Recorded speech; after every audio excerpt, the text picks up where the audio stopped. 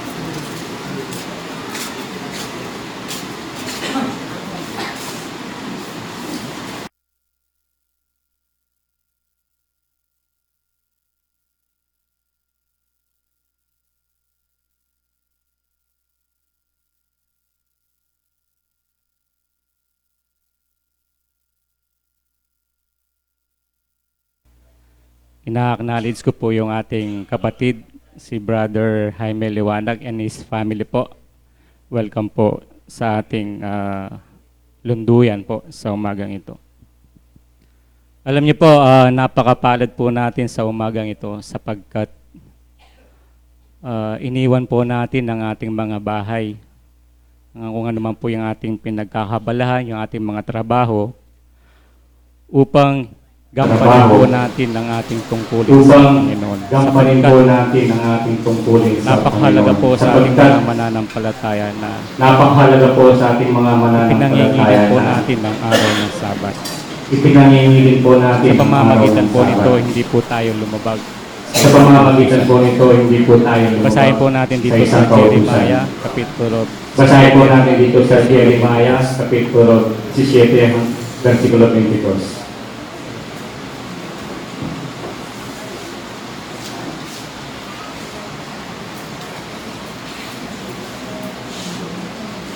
Sabi po dito, huwag din Sabi kayong po dito, maglabas ng pasan sa inyong mga bahay Huwag sa din araw ng kayong Sabat. maglabas ng pasan sa O inyong mga bahay magsigawaman sa kayo araw ng ng anumang Sabat. gawain. O magsigawaman kayo ng Inyong anumang ipangilin ang araw ng Sabat, gayon ang inuutos ko sa inyong mga magulang. So, sa pamamagitan po sa umaga na to, nandito po tayo, nakatupad po tayo sa isang kautusan. Napakahalaga po sa isang mananampalataya Napakahalaga po sa isang sa pamamagitan mananampalataya po na ng pagpunta po Sa natin at pamamagitan pakikinig po sa mga aral ng ng ating pagpunta po natin at pakikinig sa ating mga Diyos. aral ng ating tayo po Panginoong ay Jesus. nakakatupad sa isang Ating Diyos. kautusan sapagkat Tayo po napakahalaga ay po sa isang nakakatupad sa isang mananampalataya kautusan sapagkat napakahalaga po tuwing sa araw isang po ng Sabat mananampalataya ay na present po ang ating tuwing araw po ng Sabat ay present po ang ating alam niyo mga po, sarili. meron po tayong tema Alam niyo po, meron pag-aaralan po sa tayong umagang ito. tema na Ang pag-aaralan tema po natin sa ito. umagang ito ay ang Ang tema po tulungan ang natin sa sarili umagang ito ay ang at ikay tutulungan ng tulungan Diyos. ang sarili. Basahin po natin dito sa referensya niya. Sa San Mateo, Kapitulo 7, versikulo 7 hanggang 11. 7 hanggang 11. Wala po dun sa monitor. Na po dun sa monitor. Magsihingi kayo at kayo'y bibigyan. Magsihingi Magsihanap kayo at kayo'y bibigyan. mga kasusumpong. Magsihanap kayo at Magsitugtog kayo'y kayo mga at kayo'y kasusumpong. bubuksan. Magsitugtog Sa 8 kayo at kayo'y bubuksan. Sapagkat ang bawat Sa humihingi 8 po. ay tumatanggap. Sapagkat At ang humahanap ay nakasusumpong. At ang tumutugtok ay binubuksan. O anong tao sa inyo, ang kung siya'y hingan ng tinapay ng kanyang anak, ay bato ang ibibigay. O kung hingan siya ng isda, ay bibigyan niya ng ahas. Kung kayo nga bagaman masasama ay marurunong mangagbigay ng mabubuting kaloob sa inyong mga anak, gaano pa kaya ang inyong Ama na nasa langit na nagbibigay ng mabubuting bagay sa nagsisihingi sa Kanya?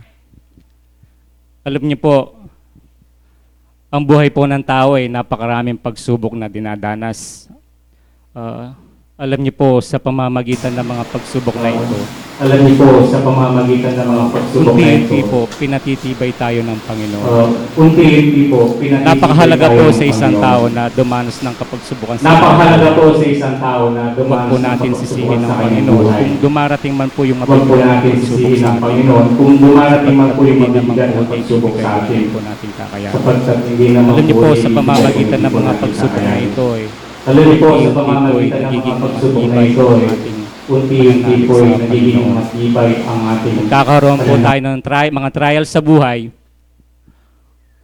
upang ang ating pagkatao, ang ating pananalig sa Panginoon ay lalong tumibay. Huwag po natin sisihin ng Panginoon kung dumarating man ang mga pagsubok na yun sa ating buhay. Ang isipin po natin, lalong tumitibay po ang ating pananalig sa Panginoon. Alam niyo po, inilarawan ni Apostol Pablo ang Diyos bilang Diyos ng kaaliwan po, hindi po Diyos ng kapighatihan. Sapagkat ang Panginoon po ay tinitiyak sa atin ng ating Ama na sa pamamagitan ng mga kapigatian na yun, siya'y handang tumulong sa atin. Alam niyo po, ang tema natin ngayon, paano tutulungan ng sarili. Tulungan ng sarili at ikay tutulungan ng Diyos. Ang tanong po dito, kung paano po kaya natin tutulungan ng ating sarili? O kung ano po ang dapat gawin ng tao? Alam niyo po, dalawang bagay po ang mahalaga na dapat gawin ng tao. Unang-una po, kailangan po ang pagtutuwid sa sarili. Alam natin, hindi po lahat naman tayo, hindi po tayo perpekto sa ating buhay sa mundong ito.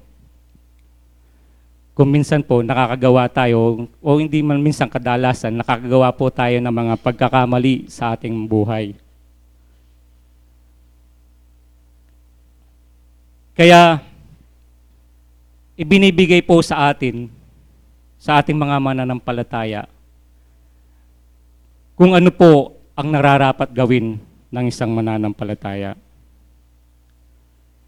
Kung yung mga pagkakamali yun, binibigyan po tayo ng pag-asa o chance para baguhin.